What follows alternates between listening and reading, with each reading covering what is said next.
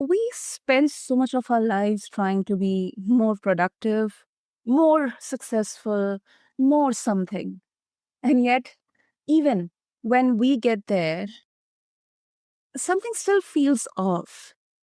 I'm very sure many of you listeners will connect with me. And think about it. I mean, what if that restlessness that you feel, it isn't some kind of flaw to fix, but maybe it's a signal, it's a nudge that you have been living inside an identity that was never really yours. Today, we are going to talk about why, and more importantly, what you can actually do about it.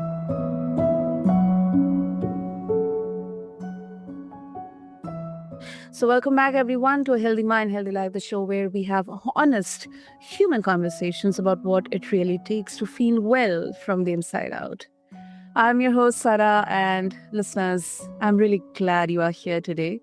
So let me introduce my guest to all of you. So he's a life and business coach based in Lisbon who helps people realign with who they really truly are so they can build lives and work that can feel both with purpose and also genuinely sustainable.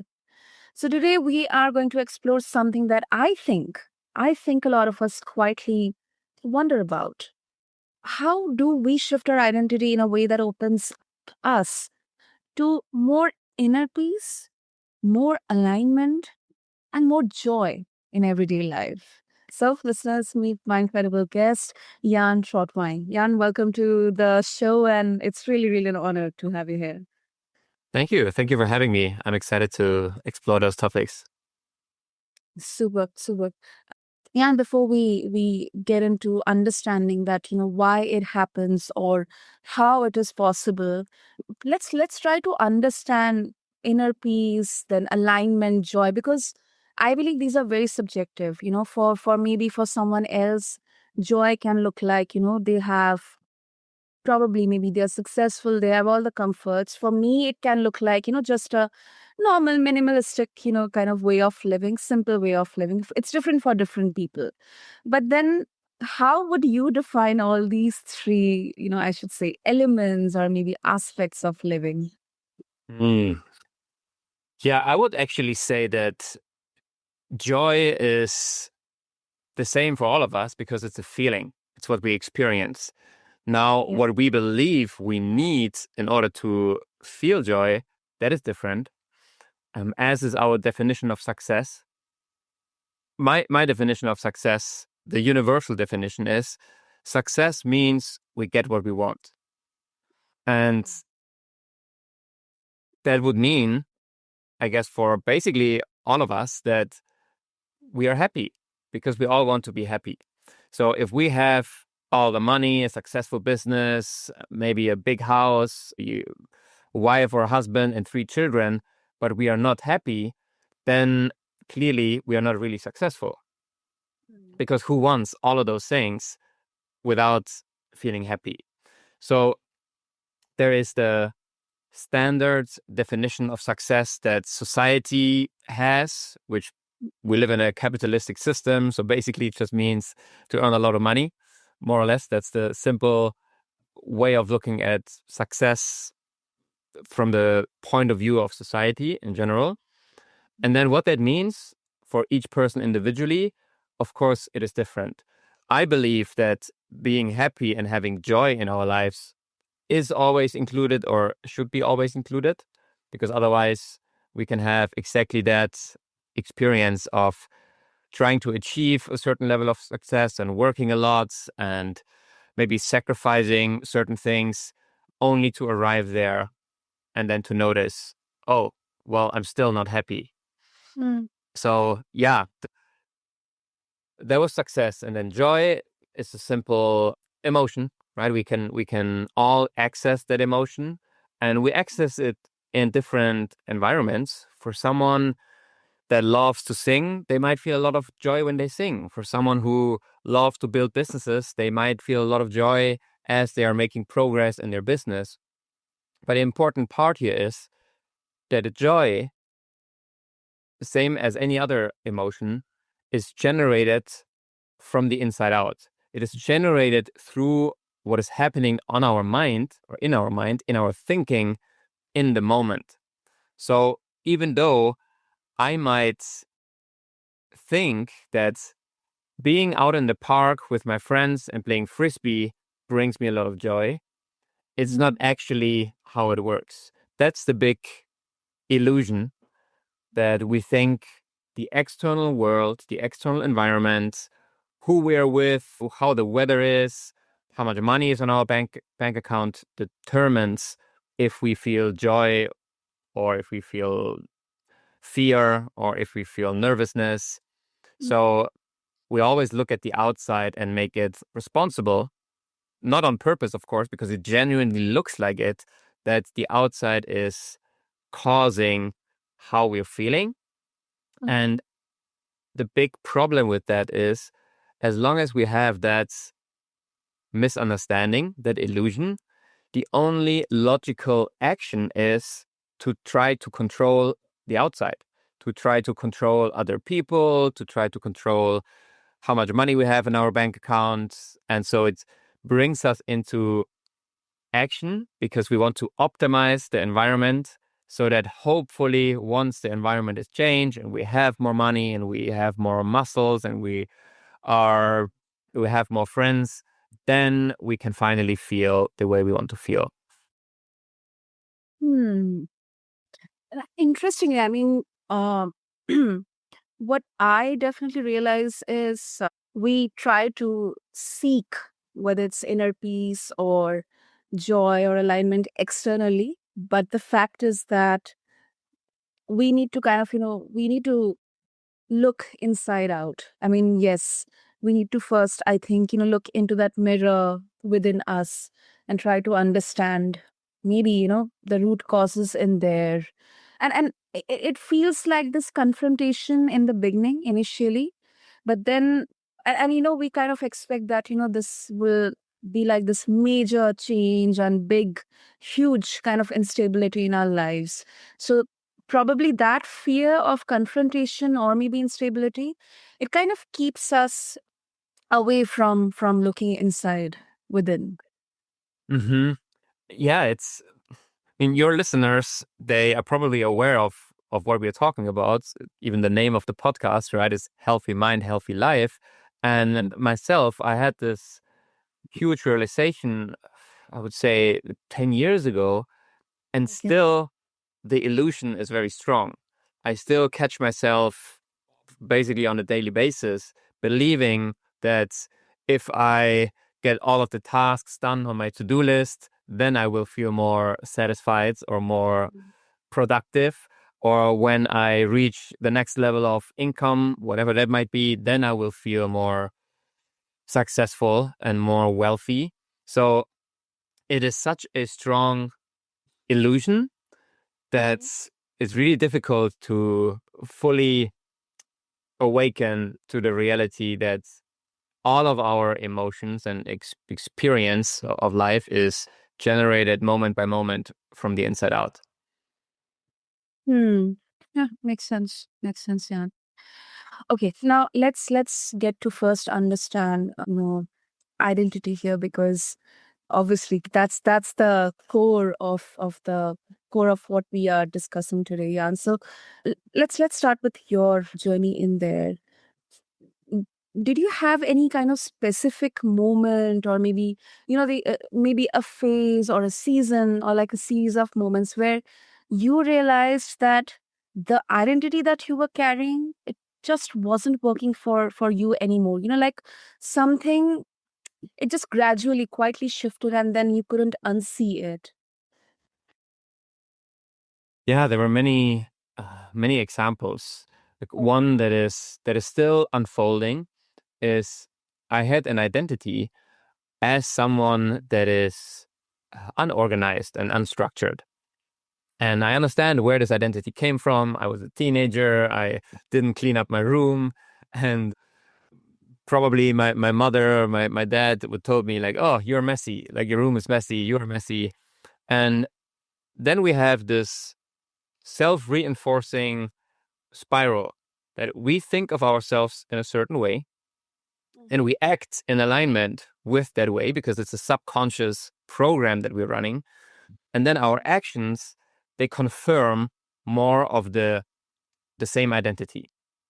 Okay. And so as I was getting into business and I co-founded my first startup, it became more and more essential that I organize myself better, that I use my calendar to schedule things, that I do project management.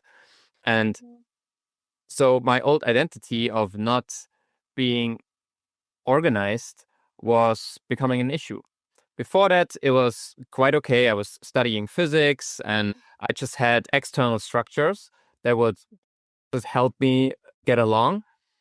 And eventually, I realized I need to have those structures. This is why, also, when I work with my coaching clients, a lot of them, they run their own businesses. So there's no external structure, but they need to bring a certain structure to their business in order to make it successful, in order to not feel completely overwhelmed and confused. So that would be one example. Another example, that was a really powerful shift for me, which it maybe will sound a little bit paradox at first, but so that was maybe was a few years ago. I would say like maybe 4 or 5 years ago. I was single at the time. I had multiple partners before, and I was single at the time, and I felt ready for the next relationship. I felt really ready for a more serious, more committed relationship. And I came from a place of neediness a little bit. I thought my life would be so much better once I have a girlfriend, a partner. Yeah. And I also had this idea of what that person should look like and be like. And that way of that mindset made it really hard or impossible for me to really connect with someone and be open and fall in love. And the shift that happened on, you could say, on an identity level was I became okay with the possibility that I will be single for the rest of my life. And not just okay, I actually could see the beauty in it and how amazing my life could be if I never have a committed relationship again. So, because of that shift, my whole energy changed. And I knew that I was already okay, no matter what happens. And then, very shortly after, I met my current wife and we created the most beautiful relationship. So, yeah, to round this up, there's many, many more examples, but who we are is the collection of all the thoughts, all the beliefs we have about ourselves. And my definition of identity goes even a little bit further, which is it also includes all of the thoughts and beliefs that we have about the world, about business, about other people, because that's who we are. And whenever we want a different result in our life, it really makes sense to investigate if our current worldview and identity view of ourselves and of others might be standing in the way of that. Absolutely. And that's a very honest example. These conversations and discussions are not only applicable in your work, in your professional life, but also in your personal lives as well. I really appreciate, because that kind of honesty, it's kind of sometimes very rare, especially when you are on podcasts and very, publicly open out there. So I really appreciate that. Yeah, thank you. I mean, when I work with clients, one of the most important factors to make the coaching truly transformative and life changing is that they feel safe. And we tend to feel a lot more safe if we know the other person is also just human. They have their own failures and imperfections, things that they're working on. So, yeah, I try to lead by example and just put myself out there as a normal human being. And I have an amazing life. My life is really beautiful and wonderful. but I also have challenges. We have challenges in the relationships. I have some health issues sometimes. And yeah, if someone that I'm in a coaching conversation with feels that they can share what's really happening for them and I won't judge them because I have my own stuff going on, that seems to create a much more powerful container for the depth that is needed to truly have a life-changing shift. Absolutely, absolutely. And let's also, before we conclude, let's also try to think about that, how does it look like, when living in alignment, or maybe, if someone is genuinely trying to shift their identity, you're not performing a new one, but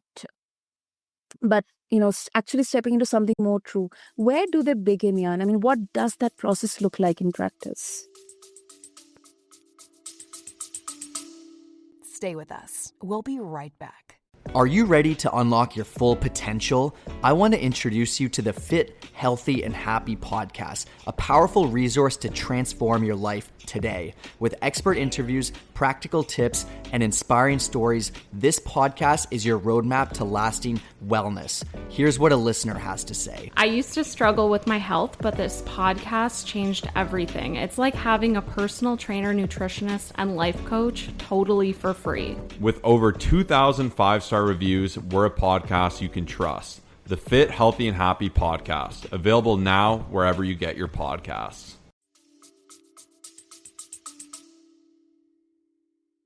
There's no simple answer that I can give here, but that's also on purpose. I could give a simple answer. I could give a 3-step process, but I don't think it's really that helpful. And the reason is it can look many different ways.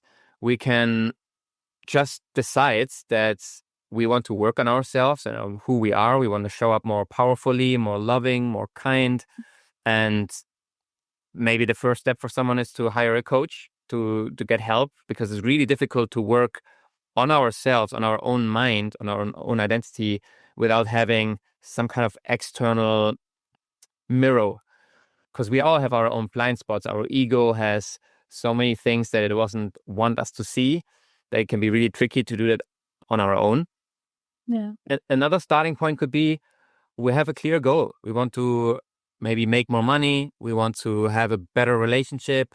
And we are just noticing that we are not really making progress. We're kind of stuck. Maybe we realize, oh, I'm the problem here.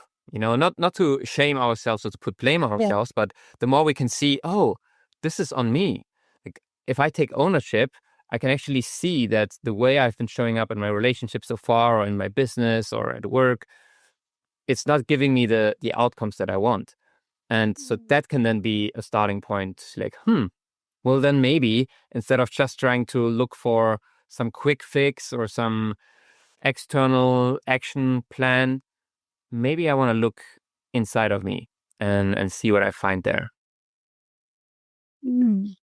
I really appreciate once again, Jan, that, because often in wellness spaces and conversations around personal development, it can feel like, okay, this is that magic framework or approach that can help you solve all your problems, especially when you are in that particular phase of life, where you genuinely feel that, yes, either you are going through a transition, or either you get this feeling, frequently that, something in me, it needs a huge shift in there.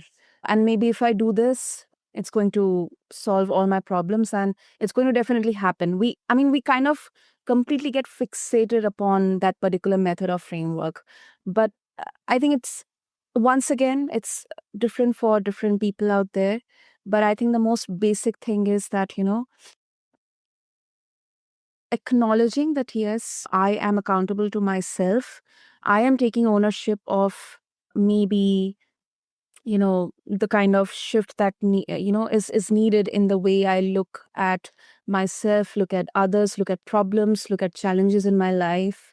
Especially we talk about that victim mindset, quote unquote, but nothing to shame about, because it's natural. It's natural because biologically or psychologically, we always kind of, tend to look out for quick fixes, because we don't want to go through those bad moments or those, mistakes. So it's nothing to shame about. I think at least that can provide a lot of relief for many listeners who feel that, there's no solution out there for me. Yeah, and also when we notice, oh, I do have a bit of a victim mindset, Mm-hmm. it's no one chose that. So we are not at fault for the way we are operating and what our identity is like. So this is another one of those paradoxes. Like, we are not at fault. Like, this is a product, a result of our upbringing, our parents, the media we consumed, what other people that we looked up to told us. And as children, we have no way to say, oh no, I don't want to believe this, right? When we look up to someone, could be at school, could be a teacher, could be an uncle, an aunt, we just take it on. And they might have no bad intentions, but we might take on certain ways of thinking. For example, this is just I guess a term that that covers a range of different beliefs. We call it victim mindset. So we are not at fault at all, and at the same time, we have the full possibility to change who we are. Right. So it's a paradox. Like, yes, we are a product of our environment and of our upbringing and of the conditioning. And at the same time, we can free ourselves and we can look at who we are with acceptance and compassion and understanding, and then ask ourselves, well, who do I want to be? What type of person do I want to be? And the one more thing that I want to share here that I think could be super useful is, if we look for quick fixes first, then it's still something in the future that we're waiting for. Like, oh yeah, I'm going to do this. I want to do this coaching thing. I'm going to use this plant medicine, or I'm going to get hypnotized, and then all of my problems are going to be gone. That creates first the solution for more happiness is then at some point in the future. Second, it creates expectations that might not be very helpful. And the most important thing, I would say, is because who we are and what we identify as is so important, we want to develop a fun, positive relationship to doing the inner work. So that it's not like, oh no, I need to work on myself. That's so annoying. I just want to be confident. I just want to be more positive. I don't like who I am. Oh my God, I need to do all of this work. Then it's really hard to do this work and to be consistent with it. Because this is a little bit like going to the gym, right? You don't go for 1 week and then you're done. If you want to be fit and healthy and have a lot of vitality and energy, then you need to live a healthy and fit and active lifestyle. And if you want to have a beautiful self-image, that you see yourself as amazing, as great, as free, as successful, then it's like a lifelong practice in a way. Yes, you can make a lot of progress in a short amount of time if you really focus on it.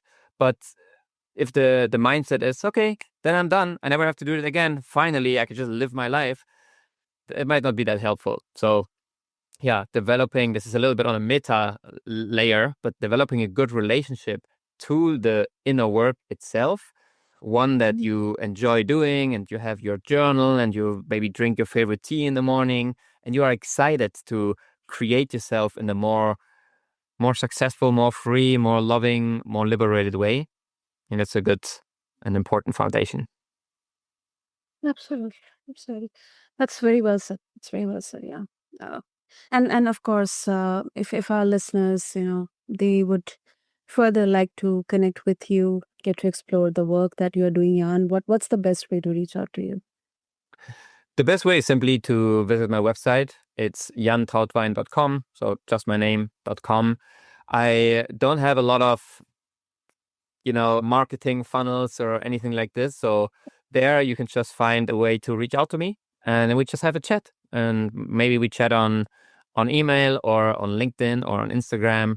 And if it makes sense, then we can hop on a conversation and talk about what it would look like to work together. Of course, of course. Amazing. So, listeners, I'll have all the links mentioned in the show notes. So, yes, feel free to reach out to Jan on different social media and yeah, refer all the links. Find them attached along with this episode. And Jan, thank you so, so much. Such a thoughtful, and I must say, honestly, that it has been a very authentic conversation because we get to hear a lot about, do this, do that, and everything will be fine. But I think this is a very mature and very authentic way of looking at something very, very individual and also collective, as your identity, shifting your identity or trying to understand what it means to live with joy or inner peace or alignment. So thank you so much once again.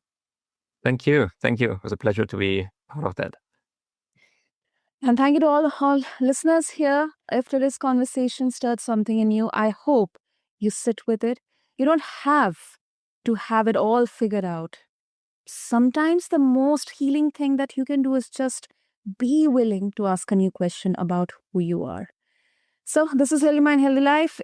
If this episode meant something to you, do share it with someone who might need it. Follow the show, and I'll be back soon with another honest conversation like this. Take care of yourself. Thank you so much.